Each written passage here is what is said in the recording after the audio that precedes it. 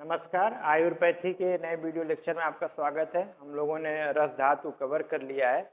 अब हमको आज पढ़ना है रक्त धातु। तो रस धातु की जितनी हम लोगों ने विवेचना की है वो लगभग सेम वैसे ही पॉइंट पे ये भी कवर होता है। क्योंकि रक्त धातु थोड़ी से इम्पोर्टेंस अलग से हो जाता है, जिसमें जीवन देने वाली बात रहती है, इसलिए हम इसको थोड़ा और डिटेल पढ़ेंगे। और कुछ उत्पत्ति को लेकर रेफरेंसेस भी हैं जो कि बहुत अच्छे हैं, उसको हमको कवर करना है। तो रक्त धातु क्या है, हम जानते हैं कि रस के बाद रक्त धातु बनती है। ये दूसरी हमारे शरीर में धातु है जो रस के बाद रक्त के रूप में आती है, सेकंड नंबर की धातु है। अगर रक्त धातु का आपको इंट्रोडक्शन लिखना हो तो लिख सकते हैं आप, यह दूसरे है और यह द्वितीय नंबर का धातु हमारे शरीर में होता है। डिटेल हम देखेंगे, डिटेल में क्या आता है। सबसे पहले आता है रक्त धातु की निष्पत्ति। निष्पत्ति क्या होता है, शब्द कैसे बना है ये दिया हुआ है। रक्त धातु की निष्पत्ति ऋग धातु में कत प्रत्यय लगाने से होती है। तो ग्रामेटिकल पॉइंट है, आप इसको याद कर लीजिएगा ऐसे ही। व्युत्पत्ति में क्या आता है, रंजितम अंगम अनिनीति, जो हमारे शरीर में रंजन कर देता है या फिर हमारा शरीर का जो वर्ण दिखाई देता है, जिसके कारण दिखाई देता है, वह क्या है आपका रक्त धातु। ठीक, तो रज्यतम अंगम अनिनीति, जो हमारे अंगों में रंजन कर दे। तो वह क्या, जैसे बहुत ज़्यादा ब्लड अच्छा होगा तो क्या होगा, हम लोग सामान्य कलर में दिखाई देते हैं। ब्लड कमी हो जाता है तो आदमी एनीमिक हो जाता है, येलो कलर का दिखाई देता है। ठीक है, तो वो चीज़ हमको ध्यान देना है कि जो हमारे शरीर में प्रभा या कांति उत्पन्न करता है वो कौन सा है, वह है आपका रक्त धातु। ठीक, तीसरे नंबर पर इसके पर्याय हैं। पर्याय कुछ याद कर लीजिएगा, लोहित है, क्षतज है, शोणित है, अश्रिक है, रुधिर है, अंगक है। शब्द कल्प दुर्ग के अनुसार है, जो संस्कृत डिक्शनरी के रूप में हम इसको जानते हैं। ठीक है, आगे चलते हैं। आगे आता है परिभाषा।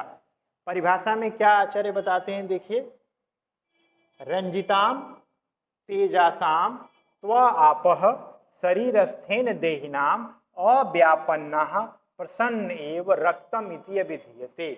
आचार्य सुश्रुत के अनुसार बहुत इंपॉर्टेंट श्लोक है, इसको याद रखिएगा। इसके अनुसार यह है कि सभी शरीर जो देहधारी लोग हैं, यानी कि जो शरीर में स्थित जहाँ पे भी रहता है, शरीरधारियों के देह में रहने वाला प्रसन्न, शुद्ध या तेज रंजक पित्त से, जो प्रसन्न है, तेज है और रंजक पित्त के द्वारा जो रंजित होता है, यानी रंजक पित्त जब रस का रंजन करता है, रस का, तो वो रक्त में परिवर्तित होता है। तो रंजक पित्त से रंजित एवं निर्मल जो आहार का प्रसाद कहा जाता है, अव्यापन्नम, अव्यापन्नम प्रसन्नेन, जो आहार का प्रसाद कहा जाता है, उसको हम लोग रस धातु से जो उत्पन्न होता है, रस के रंजन से जो उत्पन्न होता है, उसी को हम लोग रक्त कहते हैं। रक्तम इति अभिधीयते। ठीक, तो ये याद रखिएगा कि जो रंजक पित्त के तेज से रंजित होकर के, ठीक, हमारे शरीर में स्थित होता है, और वह अव्यापन्न प्रसन्नेन, और जो हमारा आहार रस बनता है वो जब शुद्ध रूप से परिवर्तित होता है तो रस से रक्त का निर्माण होता है, उसी को हम लोग रक्त धातु कहते हैं। ठीक, नेक्स्ट आते हैं। नेक्स्ट आता है उत्पत्ति। उत्पत्ति का कॉन्सेप्ट है, आप लोग ऑलरेडी पता चल गया कि रस के रंजन से रक्त का निर्माण होता है। वो कहाँ होता है, कैसे होता है, हमको वो कवर करना है। देखिए, यह तो पित्तम तस्मित रंजको अग्नि रीति संज्ञा सरसस्य रागकृत। ठीक, जो पित्त रंजन का कार्य करता है या कलर का कार्य करता है, वह क्या कहलाता है, रंजक पित्त कहलाता है। और सरसस्य रागकृत, जो रस का रंजन कर देता है, रस से रंजन करके, यानी रंजन मतलब उसका कलर चेंज कर देता है, रेड कलर का कर देता है, वह क्या कहलाता है, आपका रक्त कहलाता है। कहाँ होगा, स खलु आप्यो रस, यानी जल महाभूत से बना हुआ जो रस है, यकृत प्लीहा प्राप्य रागम उपैप्रीति, यानी वह यकृत और प्लीहा में जब पहुंचता है, यकृत और प्लीहा को जब प्राप्त होता है, तो वह रंजित होकर के रक्त में परिवर्तित हो जाता है। ठीक, आगे देखिए, ये श्लोक बहुत इंपॉर्टेंट है। तेजो रसानाम सर्वेशा मनुजा नाम यदुच्यते पित्तुष्मणम स रागेण रक्तम इव इच्छति। ठीक, रस धातु रंजक पित्त के द्वारा रंजित होकर के, रस धातु तेजो रसानाम रंजक पित्त के द्वारा, यहाँ पे तेज क्या है, रंजक पित्त है, रंजक पित्त के द्वारा रंजित होकर के पाचित होकर रक्त धातु में परिवर्तित हो जाता है। पित्त उष्मणाम स्वरागेणम रसो एकदम इच्छति रक्तम इच्छति, कि यह जो है, जो रस धातु है वह रंजक पित्त की सहायता से क्या होता है, रंजित होकर के रस से रक्त में परिवर्तित हो जाता है। इस श्लोक इंपॉर्टेंट, कभी व्याख्या इसकी आती है, इसकी याद कर लीजिएगा। ठीक है, नेक्स्ट आता है जो हारित का एक मत आता है। हारित का मत बहुत इंपॉर्टेंट है और इन्होंने स्टेज वाइज बताया है कि यह जो रस से रक्त का निर्माण होता है वह कुल 7 दिन में होता है। तो 7 दिन में होता है, तो उन्होंने बोला कि रस जो है अपना कलर त्याग करते हुए, यानी नया कलर को प्राप्त करते जाता है और लास्ट में वह सफ़ेद होता है। पहला सफ़ेद होता है, तो सफ़ेद से क्या होता है, वह लाल रंग का आलक, आलक मतलब जो महावर लगाते हैं पैरों में, उस कलर का डार्क रेड का होता है। और इस बीच ये कुल 7 स्टेज से गुजरता है। वो स्टेजेस क्या हैं, श्वेत कपोत हारित हरित हारिद्रः पद्म किंसुक आलक्तस्य प्रख्यास्य यथाक्रमम दिवसस् परिवर्तनम वर्ण परिवर्तनम अद्यनामम पित्तुष्मणो उपरागतः शोणितम आपद्यते।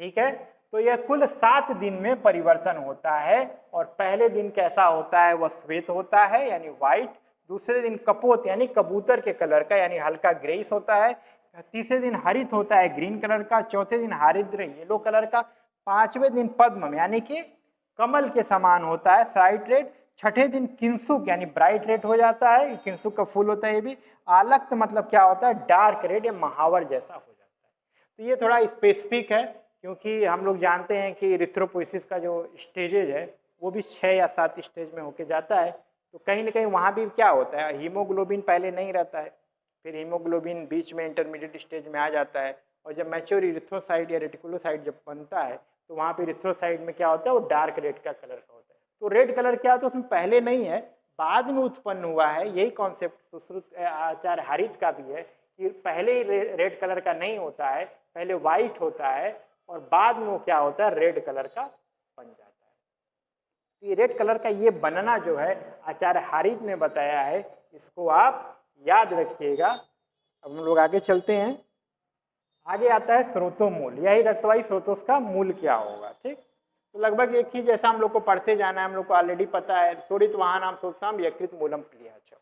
तो रक्त व स्रोतस का मूल क्या होता है, यकृत और प्लीहा होता है। और हम लोग को पता है कहीं ना कहीं लीवर और स्प्लीन जो है ब्लड के फॉर्मेशन में इन्वॉल्व होता है, और जो आपका जेस्टेशनल पीरियड होता है उसमें लीवर जो होता है वो ब्लड को बनाता है, और प्लीहा से हम रिलेट करके हम जानते हैं कि इसको ब्लड रिजर्वायर भी बोलते हैं, और जो आरबीसी का ग्रेवयार्ड है वो भी क्या है, आपका प्लीहा या स्प्लीन होता है, याद रखिएगा। फिर इनका आता है रक्तभेद त्रयोमूलम यकृत मूलम प्लीहा, यकृत प्लीहा च रक्तवाहिन्य धमन्य। तो 2 द्वियुग में बताते हैं, तो यकृत और प्लीहा इसका क्या होता है, आपका रक्तवाही धमनियों का मूल होता है, या रक्त व स्रोतस का मूल होता है। आचार्य सुश्रुत का यह मत है। स्रोतस हम लोगों ने डिटेल कर रखा है, आप वहां जाकर के दोबारा एक बार देख सकते हैं।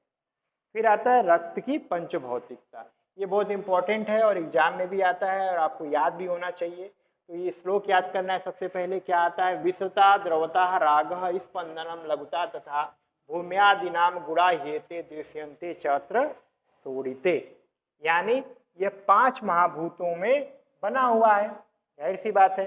तो देखिए सभी धातुएं पंचमहाभौतिक होती हैं, लेकिन केवल रक्त धातु के साथ आचार्य ने क्या किया, इस तरह से इतना डिटेल दिया है। ठीक, जैसे हम क्या जानते हैं, आकाश वायु अग्नि जल पृथ्वी, ये क्रम होता है। तो यहाँ पे क्या स्टार्ट होता है, यहाँ पे पृथ्वी से स्टार्ट होता है, भूम्यादि नाम यानी भूमि से स्टार्ट करिए।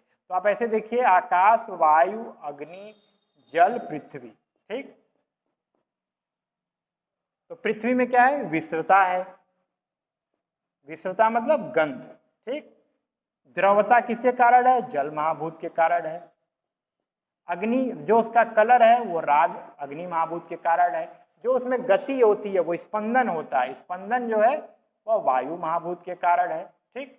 और जो लघुता उसके अंदर है वह किसके कारण है? आकाश महाभूत के कारण। तो रक्त की ये पंचभौतिकता का श्लोक है, वेरी वेरी इंपॉर्टेंट है, यूजी में भी पीजी में भी आप इसको याद कर लीजिएगा। और ये भूम्यादि नाम होता है, इसलिए यहाँ से स्टार्ट होता है, विश्वता द्रवता राग स्पंदनम लघुता तथा भूम्यादि नाम गुड़ा ये ते दृश्यते चत्र सोड़िते। ठीक है, नेक्स्ट चलते हैं। रक्त धातु का मल क्या होगा? जैसे रस धातु में पढ़ रहे थे, सेम श्लोक है और श्लोक एक जगह याद कर लेंगे तो सातों धातुओं में काम आने वाला है, इसलिए कह रहा हूँ श्लोक याद करें। ठीक है, फिर क्या आता है श्लोक में, आप देखिए, किट्टम अन्यस्य वीडमूत्रम, किट्टम अन्यस्य वीडमूत्रम, यानी कि जो आपका आहार का मल क्या होता है? क्या होता है? वीड और मूत्र, यानी पुरुष और मूत्र होता है। रसस्य तु कफो, रस का क्या होता है? कफ होता है। असृजम, असृज पर्याय किसका है? रक्त का। तो असृजम पित्तम, तो इसका मल क्या होगा? पित्त। ठीक, इसका मल क्या होगा? पित्त। हम यहां तक पढ़ते हैं, फिर मांस पढ़ाऊंगा तो बताऊंगा मांसस्य खमला। ठीक, उसके आगे जब मेद पढ़ाऊंगा तो मला स्वेदस्तु मेदसः। अस्थि का क्या होगा? केसलोम होगा। मज्जा का क्या होगा? स्नेहो अच्छी वीट त्वचाम, अच्छी और त्वचा का स्नेह। तो अभी हमें क्या याद रखना है कि रक्त धातु का मल क्या होता है? पित्त होता है। आगे चलते हैं। उपधातु में, उपधातुओं का श्लोक भी आप एक ही जगह याद कर लीजिए ताकि बार बार उसको रिपीट न करना पड़े। अभी मैं आपको बता देता हूँ। रसात स्तन्यम स्त्रीणाम रक्तम औषधम कंडरा शिरा मांसाद वचा त्वचा सटच मेदस स्नायु संभव। तो हमने पढ़ लिया रसात स्तन्यम स्त्रीणाम, ठीक, रक्तम यानी रस का क्या हो गया आपका उपधातु? स्तन्य और आर्तव।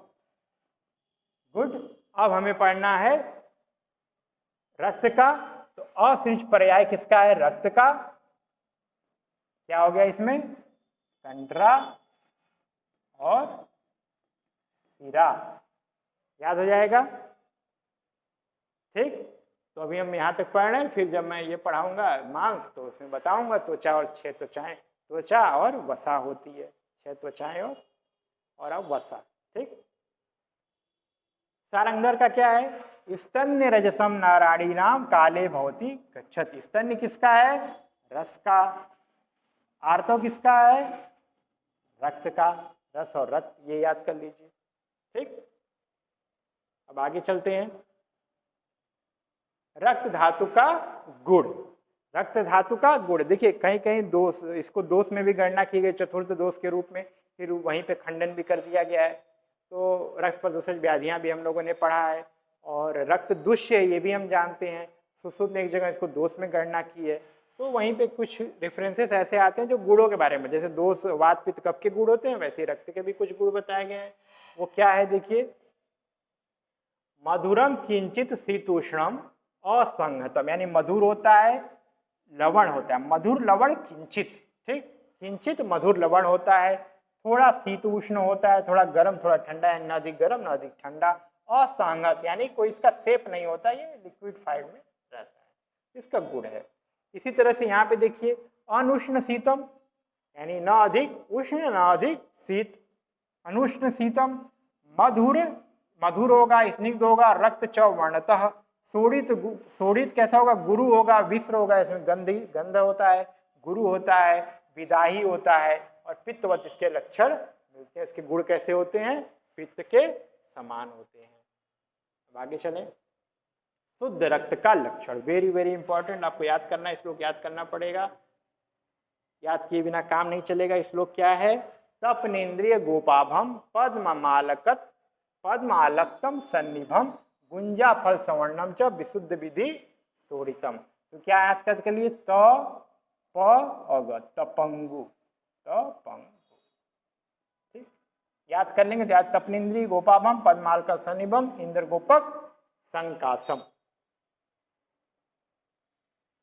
ठीक, क्या आता है? तपनेन्द्रिय गोपाभम पद्मालक्तम सन्निभम गुंजा फल सवर्णम च, सॉरी गुंजा फल सवर्णम च। तो पंगु से याद हो जाएगा विशुद्ध विधि शोड़ितम, जो विशुद्ध रक्त होता है ऐसा होता है। इंद्र गोप जैसा होता है, ठीक। इंद्र गोप जैसा होता है। तप नेन्द्रिय, तप यानी स्वर्ण जो हम गर्म करते हैं उसकी आभा वाला होता है। पद्म, पद्म मतलब कमल जैसा होता है। आलक्त मतलब जो महावर होता है उसके जैसा होता है। गुंजा फल जैसा होता है। और यह कैरेक्टर जो होता है वह विशुद्ध रक्त का लक्षण कहलाता है। आगे लगभग सेम ही है। इंद्रगोपक, प्रतीकासम इंद्रगोप जैसा, वीर बहुटी जैसा। संहतम असंहतम विवर्णम, विवर्णम होता है। प्रकृतम जानियात, ये भी असंगत होता है, असंगत होता है। ठीक, यानी आपस में जुड़े नहीं रहते, कोई सेफ साइज नहीं होता।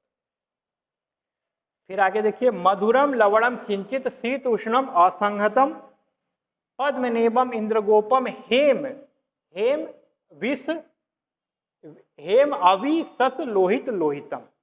अवि मतलब क्या होता है आपका भेड़, और सस मतलब होता है खरगोश, खरगोश और भेड़ के रक्त के समान। ठीक, बाकी सेम ही है। पद्म होगा, इंद्रगोप होगा, मधुर लवण होगा, किंचित शीत उष्ण होगा, थोड़ा शीत थोड़ा उष्ण, ऐसा कैरेक्टर इसका मिलेगा। तो ये भेड़ और खरगोश वाला याद रखिएगा, बाकी तो कॉमन है। ठीक, नेक्स्ट चलें।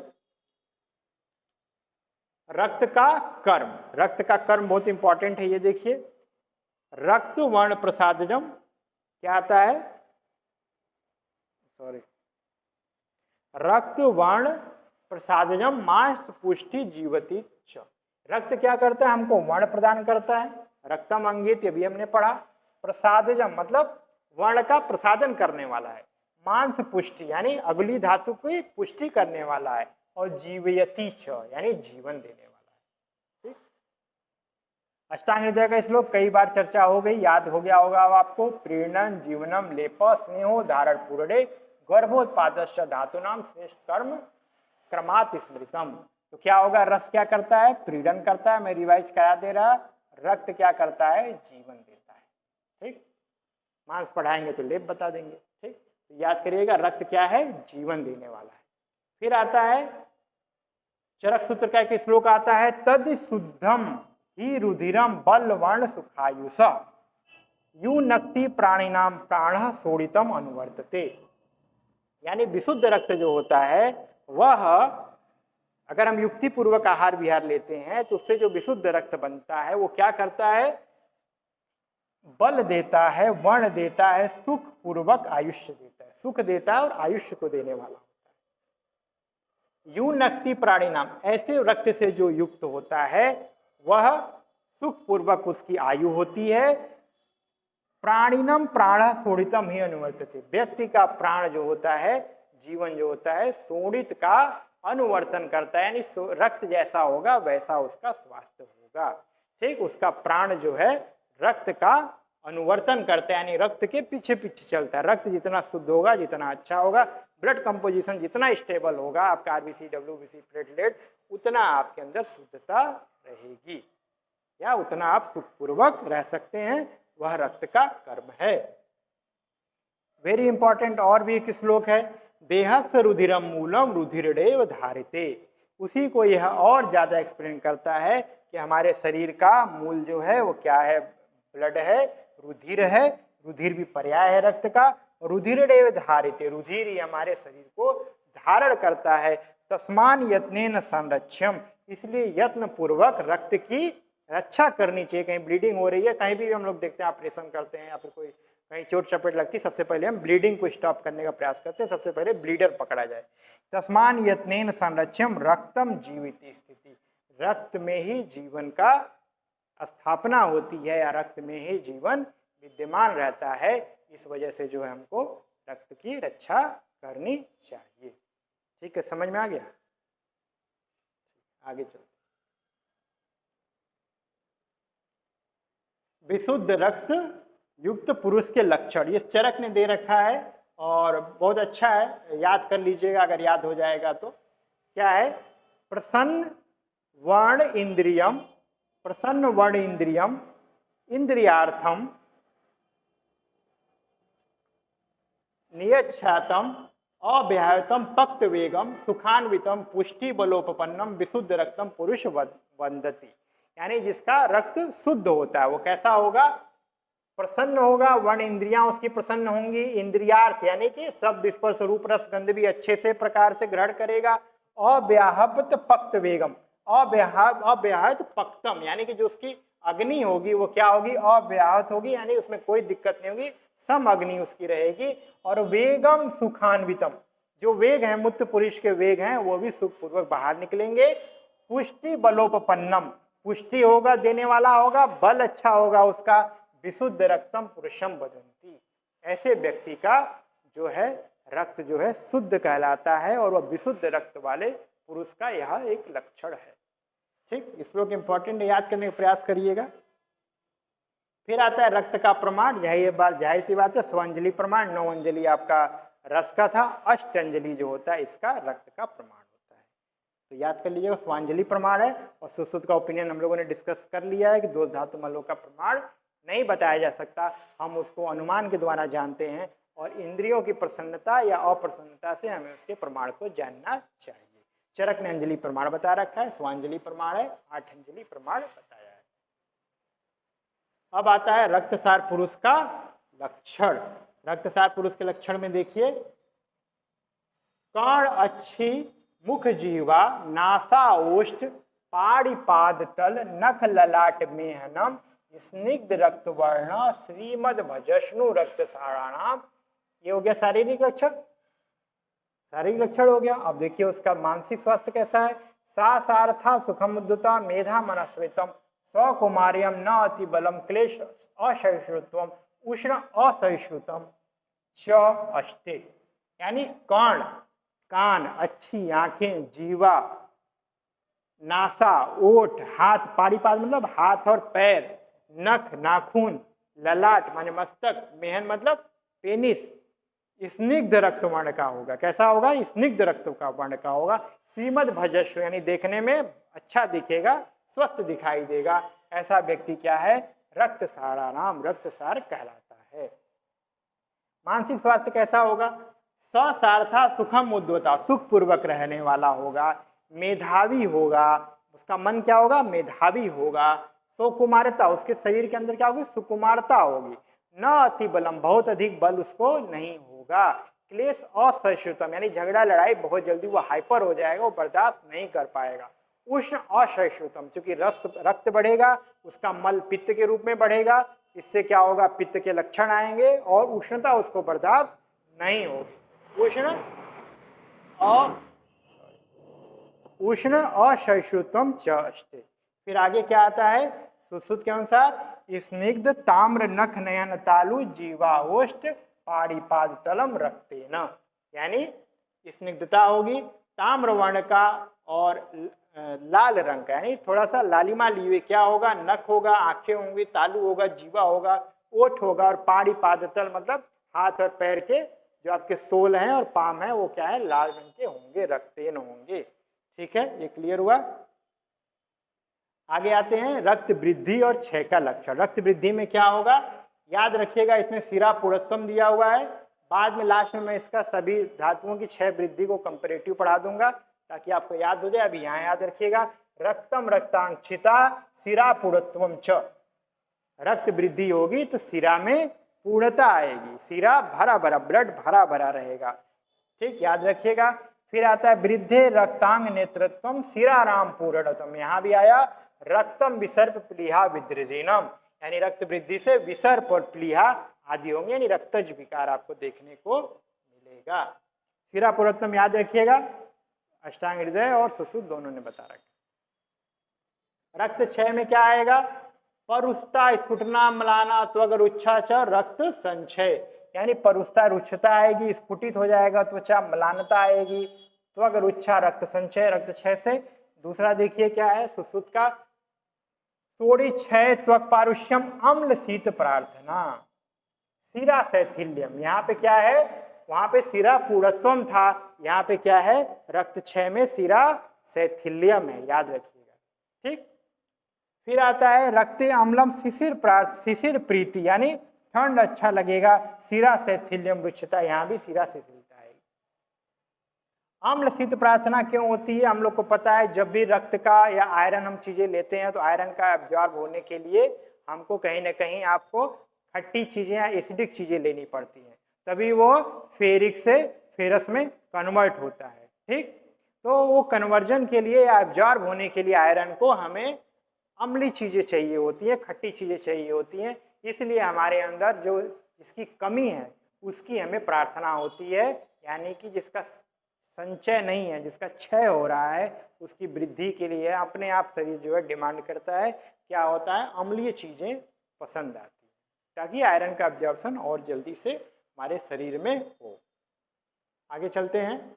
रक्त व स्रोत दुष्टि निदान क्या होंगे, इसमें भी याद करने लायक है। भजता माता पनीलो, स्रोतस में हम लोग पढ़ चुके हैं, बाकी आप लोग जानते हैं। विदाई अन्नपान होगा, इसमें दोष न द्रव रक्त वाहिनी दुष्यंती भजता आता पनीलो। ये याद रखिएगा, भजता आता पनीलो। धूप और अग्नि का अगर सन्निकर्ष रहेगा तो आपका रक्तवाही स्रोत की दृष्टि होगी। बाकी विदाई अन्नपान से तो ये सब होना है, आप ऑलरेडी जानते हैं। अब आता है रक्त प्रदोषज विकार। रक्त प्रदोषज विकार क्या होते हैं ये याद कर लीजिएगा कुछ एग्जाम्पल के साथ। ठीक, कुष्ठ होगा, विसर्प होगा, पीड़िका होगी, रक्त पित्त होगा, श्रिगदर होगा, ड्यूबी जिसको बोलते हैं, गुद में पाक हो जाएगा, आस्य पाक होगा यानी मुख में पाक होगा, स्टोमेटाइटिस जिसको बोलते हैं, प्लीहा, गुल्म, विद्रधि होगी, विद्रधि मतलब एब्सेस वगैरह बन जाएगा, नीलिका, कामला, व्यंग, कामला ज्वाइंटिस है, नीलिका शरीर में नीला पड़ जाना, व्यंग है जिसको आप मिलेजमा वगैरह बोलते हैं, ये सब हो जाएगा। पिल्लू, तिल, कालक, तिल आदि बहुत ज़्यादा हो जाएंगे। ठीक, दद्रु, चर्मदल, स्वित्र आज से देखने को मिलेगा, पामा, पामा, कोठस्त्र, कोठ, उत्कोट, पामा, स्वित्र, ये सब दद्रु, चर्मदल, ये सब क्या है, त्वचा रोगों में आते हैं। क्षुद्र रोगों में इसकी परिभाषा भी पढ़ लीजिएगा। ये सब रक्त प्रदोषज व्याधियां होती हैं। तो नाम याद रखिएगा। अष्टांग हृदय भी लगभग सेम ही बताएंगे। रक्त, विसर्प, प्लीहा, विद्रधि, कुष्ठ, वातस्त्र, पित्तास्त्र, गुल्म, उपकुश, उपकुश भी होता है, मसूड़ों का रोग होता है, कामला हो जाएगा, व्यंग, अग्निनाश हो जाएगा, अग्निनाश होगा, संभोग होगा, सम्मोह हो जाएगा, रक्त, त्वक, नेत्र, मूत्रता। ठीक, ये रक्त प्रदोषज व्याधियां होती हैं, इसको आप याद रखिएगा। ठीक है, तो यहाँ पे हम लोग रक्त धातु को लेक्चर जो है उसका क्लोजिंग कर रहे हैं। अगर आपको ये कंटेंट पसंद आ रहा है तो लाइक करिए, सब्सक्राइब करिए और कमेंट जरूर करिए। कुछ खास पॉइंट अगर छूट रहा है या फिर आप चाहते हैं कि उस पर और डिटेल हो तो हम उसको बना के हम लोग ले आएंगे। Thank you.